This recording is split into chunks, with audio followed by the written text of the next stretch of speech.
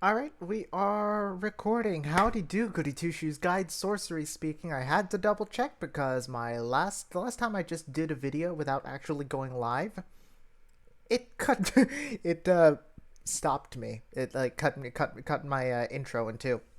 So howdy do, Guide Sorcery speaking. And this is the series where I complain about Pokemon Masters interrupting my bedtime, but also being too excited to be mad at it. We have Team Galactic invades Passio. It's about 30 seconds long. At this point, we have seen the data mines. They're probably my reaction to them are probably not up on my YouTube channel just yet. The reason being, I've been a little busy and I need to edit. I actually need to edit the my data mine reaction because there's a part of it that I'm not particularly fond of. So I'm going to edit that bit. So that'll be going up very soon. Don't worry. Definitely be up by the time by the new year. But before that, we can go ahead and we can react to this video on the Pokemon Masters YouTube channel. So, like I said, I already know about all of the data mines: Lucas, Renegade Cynthia, the Galactic Commanders, the New Year's Sync Pairs Volkner and Sabrina. I already know about all of them. I already know about all that stuff. But at this point, I kind of wanted to see if this would shed any light on what we can expect from the next chapter of the villain arc, which is going to be Team Galactic. No, I want to clarify something. I mistakenly thought, and in turn said, that the next chapter would involve Lusamine when Sygna Lusamine was announced. That was on me. I apologize for that. I didn't mean to spread any misinformation. That was my bad. But so I was corrected. So thank you for correcting me on that one. And in terms of there are other things that y'all correct me on that repeatedly that I do know already, but this one was a legitimate mistake on my part. So thank you for letting me know, and I'm sorry about that. But this one seems legit. Chapter 2 of the villain arc: Team Galactic invading Passio.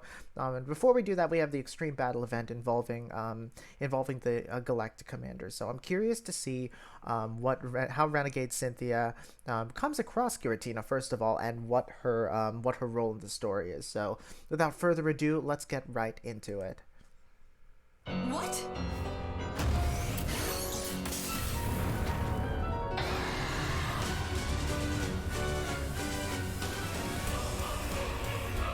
Oh my god.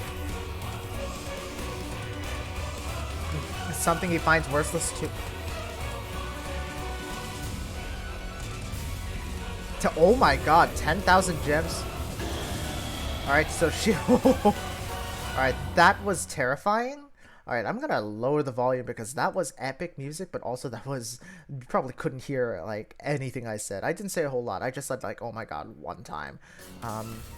So we have Dialga and Palkia appearing. So we already know that Cyrus has Palkia and Lucas is going to have Dialga. It's going to be interesting how they play off of each other.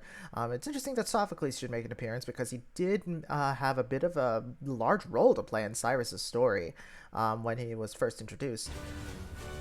A twisted world full of incomplete human spirit, that would be an intolerable nightmare indeed. When I battled Cyrus, he seemed sad somehow. Is there no hope for you to change in this world we share? This loyalty, is that something he finds worthless too? A world without spirit, devoid of joy or despair. That is the ideal world I've been searching for. This is interesting. Like, we've seen artwork of Cyrus with Darkrai, and it's interesting to see, like, are we going to see Cyrus do anything in terms of like in terms of like using Darkrai for his ambitions, and how does it like I would have honestly imagined that Giratina would have been more in league with what Cyrus would have wanted, but it's interesting that he would make use of Darkrai.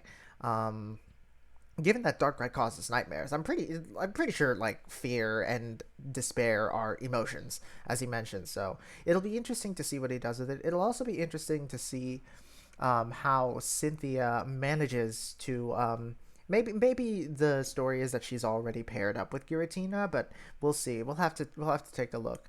I personally am very excited. I want to. I'm gonna be pulling for all these units because I just love all of these units.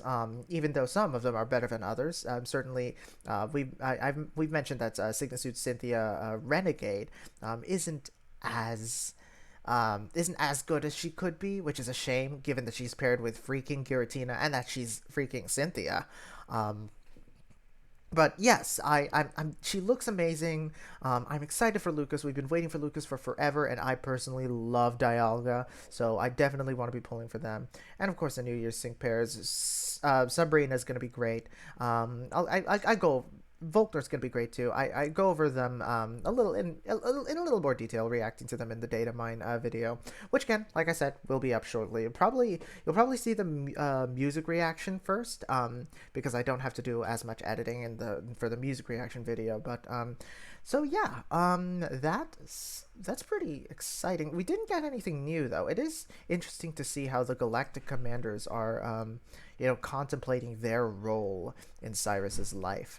It's really like I feel like Cyrus's motivations and his character wasn't really well explained in the Sinnoh games. So it is really cool that we get to explore this a little bit here. Yeah, that is all I got for you. I'm sorry this is a relatively short video, but sometimes you gotta shake things up, especially when Pokemon Masters interrupts your bedtime. So thank you all so much for watching.